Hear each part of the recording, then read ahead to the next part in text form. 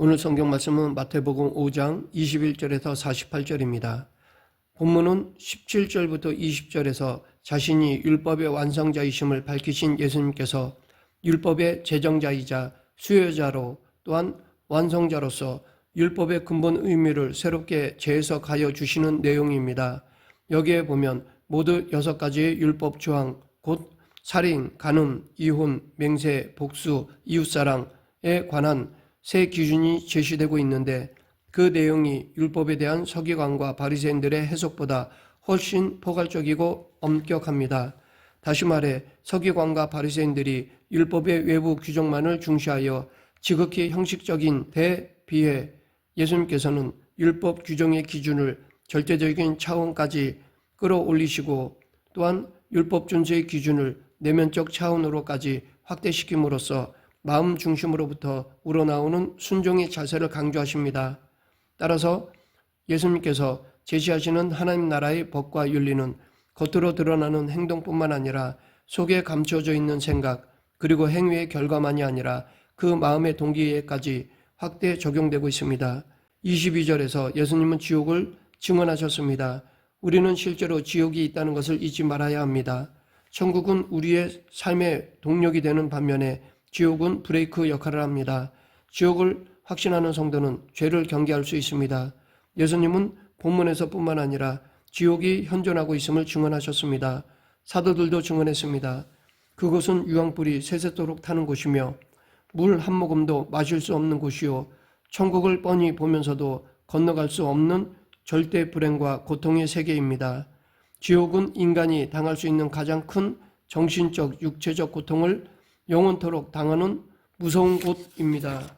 이러한 지옥이 분명히 존재한다고 예수님이 직접 증언하셨습니다. 우리는 이 지옥의 현존을 믿고 그곳에 들어가는 자가 되지 않도록 더욱 예수님께 붙어 있어야 합니다.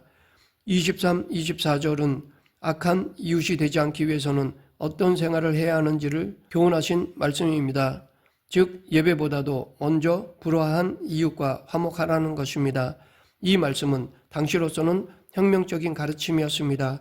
왜냐하면 당시 종교 지도자들은 이웃과의 관계가 어떻든지 오직 하나님께 제물을 드리고 예배를 드리는 것이 옳은 일이라고 여겼기 때문입니다. 특히 고르반 제도라는 것을 만들어 부모 봉양에 필요한 것일지라도 하나님께 드리면 그것으로 그 의무를 다했다고 여겼습니다. 그런데 예수님은 가장 먼저 중점을 둬야 할 것이 예배보다 이웃과의 화목 관계라고 역설하신 것입니다. 사실 이 가르침이 곧 예배의 본뜻입니다. 선지자 사무엘도 하나님의 뜻을 순종치 않고 드리는 제물을 인정하지 않았습니다. 하나님께서도 이사야를 통해 불의한 상태로 제사 드리는 것을 역겹다고 하셨습니다. 그러므로 우리는 우리 자신을 먼저 하나님께 산 제물로 드려야 합니다. 이웃과 화목하고 이웃을 사랑하는 일이 곧 자신을 하나님께 의의 도구로 드리는 일입니다. 하나님이 기뻐 받으시는 향기로운 제사입니다. 우리는 이웃과의 화목은 하나님께서 기뻐 받으시는 예배의 기반이라는 사실을 염두에 두어야 합니다. 28절 음욕을 품고 여자를 보는 자마다 마음에 이미 간음하였느니라. 이 말씀은 곧 십계명 중 제7계명과 제10계명에 대한 해석입니다. 특히 제10계명에는 내 이웃의 집을 탐내지 말라, 내 이웃의 아내나 그의 남종이나 그의 여종이나 그의 소나 그의 나귀나 무릇 내 이웃의 소유를 탐내지 말라라고 되어 있습니다. 다른 계명들은 그 마음과는 상관없이 형식과 위선으로 행할 수도 있는 법들입니다. 그러나 탐내지 말라라는 계명은 마음의 상태에 관한 계명입니다. 그래서 사도 바울은 이 계명 때문에 오라 나는 공고한 자로다 이 사망의 몸에서 누가 나를 건져내랴 라고 울부짖었던 것입니다. 간음은 성욕에 대한 탐심의 열매입니다. 다윗이 밧세바와 불륜을 저지른 것도 결국 탐심에서 기인된 것입니다. 그런데 혹자는 반대로 이 말씀을 올바로 알지 못하여 늘 죄책감에 시달리고 있으며 또 극단적으로는 성적인 욕구를 더러운 것으로 여기기도 합니다.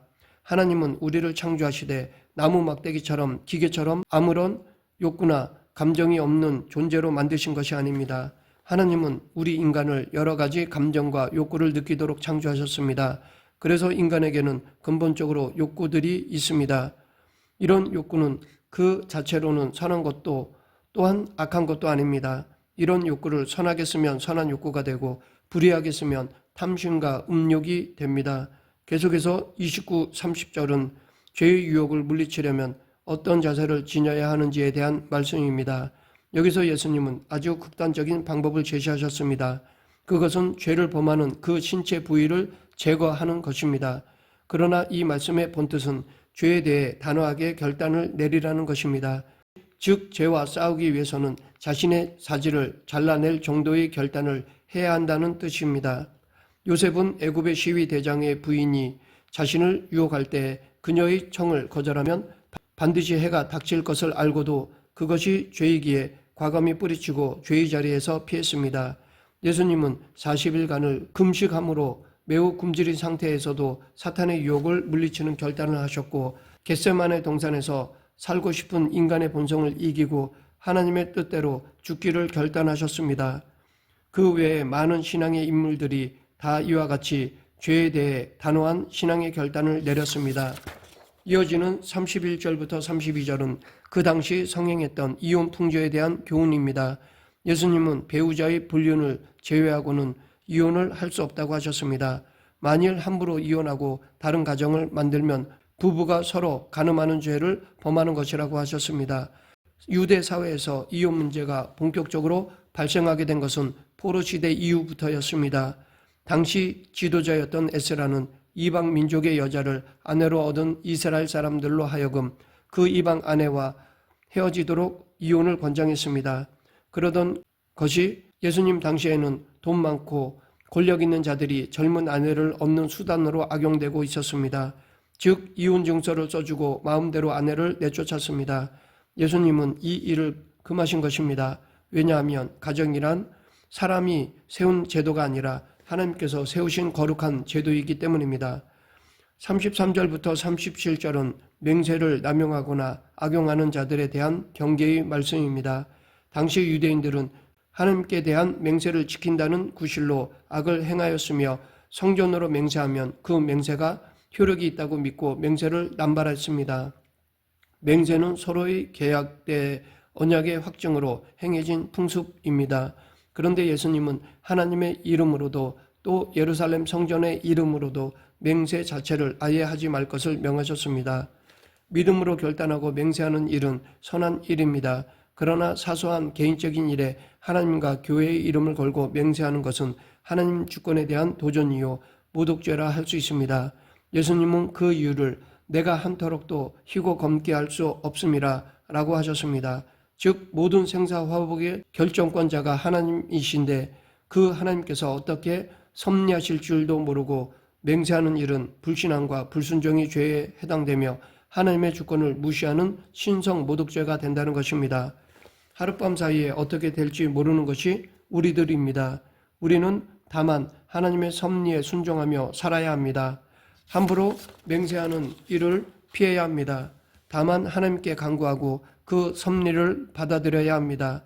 지금 내가 처한 현실에서 하나님의 뜻이 무엇인지 분별하고 그릇된 것은 그릇하고 옳은 것은 옳다고 해야 할 것입니다.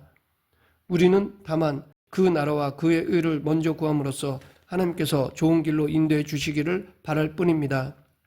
마지막으로 원수에 대한 사랑입니다. 그 당시 유대 민족에게는 원수가 있었습니다. 바로 로마 제국입니다.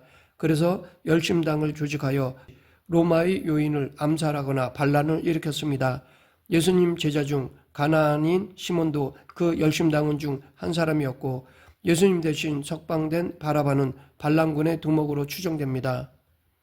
그런데 예수님은 폭력 대신 사랑으로 원수를 대하라고 명하셨습니다. 당시 많은 사람들이 이 말씀을 이해하지 못했을 것입니다. 칼 막스는 예수님의 이 말씀을 약자의 자기 합리화라고 빈정댔습니다. 그러나 이 원수에 대한 사랑은 하나님의 구속 섭리의 원리입니다. 성경은 우리가 예수님을 알지 못했을 때 하나님과 원수 사이였다고 증언합니다. 그런 원수들에게 하나님께서는 어떻게 대하셨습니까? 독생자 예수님을 보내셨습니다. 요한복음 3장 16절 하나님이 세상을 이처럼 사랑하사 독생자를 주셨으니 이는 저를 믿는 자마다 멸망치 않고 영생을 얻게 하려 하심이니라. 예수님께서 원수에게 대적하지 말고 그들을 위해 기도해주고 그들을 사랑하라는 것은 우리의 유익을 위해서입니다. 폭력으로 원수를 거꾸로 들여 복수하는 일은 한편으로는 시원하고 통쾌한 일일 수 있습니다.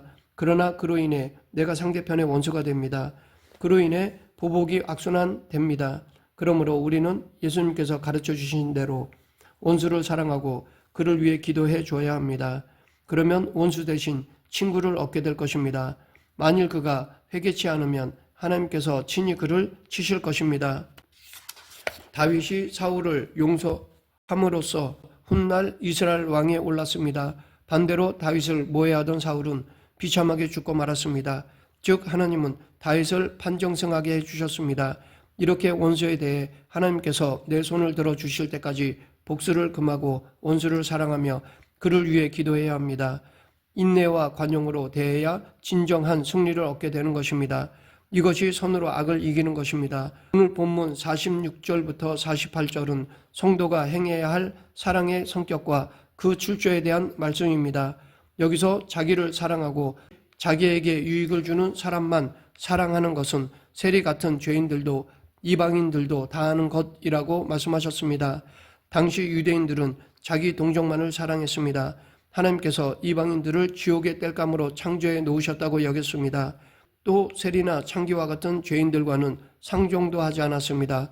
그들과 교제하는 일은 곧 그들과 한패가 되는 것이라고 여겼기 때문입니다. 그리고 바리새인들은 자기들만을 거룩한 성도로 인정하고 자기들끼리만 어울렸습니다. 이처럼 유대인들은 지도급부터 백성들까지 사랑과 덕을 상실하고 있었던 것입니다. 하나님이 그들을 자기 선민으로 선택한 목적은 제사장 나라가 되어 온 이방의 빛과 전도자로 삼으시고자 함이었습니다. 그런데 당시 유대인들은 이와 같이 사랑과 덕이 없었기에 맛 잃은 소금처럼 무익하게 변질된 것이었습니다. 그런 그들을 향해 예수님은 하늘에 계신 너희 아버지의 온전하심과 같이 너희도 온전하라 라고 하셨습니다. 즉 이방인이든 세리든 사랑하라고 하셨습니다. 하지만 실제로 이 사랑을 실천하기 위해서는 하나님 사랑을 힘입어야 합니다. 성령님의 권능을 힘입어야 이 사랑을 실천할 수 있습니다. 나의 힘과 노력으로는 불가능합니다. 말씀을 맺겠습니다. 예수님이 이 땅에 오셨을 때는 유대인들이 더 이상 하나님의 선민 공동체라 부를 수 없는 인본주의가 만연한 때였습니다. 서로 미워하고 비판하고 음란하고 종교 지도자들이 하나님의 거룩한 이름으로 불의를 행하던 때였습니다. 그러하기에 예수님은 아주 엄중하고 단호하게 새로운 법을 선포하셨습니다. 우리는 이 예수님의 말씀을 마음에 새기고 앞으로의 삶을 살아가야 합니다. 참 그리스도인으로서 살아가는 저와 여러분 되길 간절히 축원합니다. 기도하겠습니다. 사랑과 은혜가 풍성하신 하나님 아버지, 율법주의가 아니라 율법의 정신으로 살아가는 저희 모두가 되게 하여 주시옵소서. 예수님 이름으로 기도드립니다. 아멘.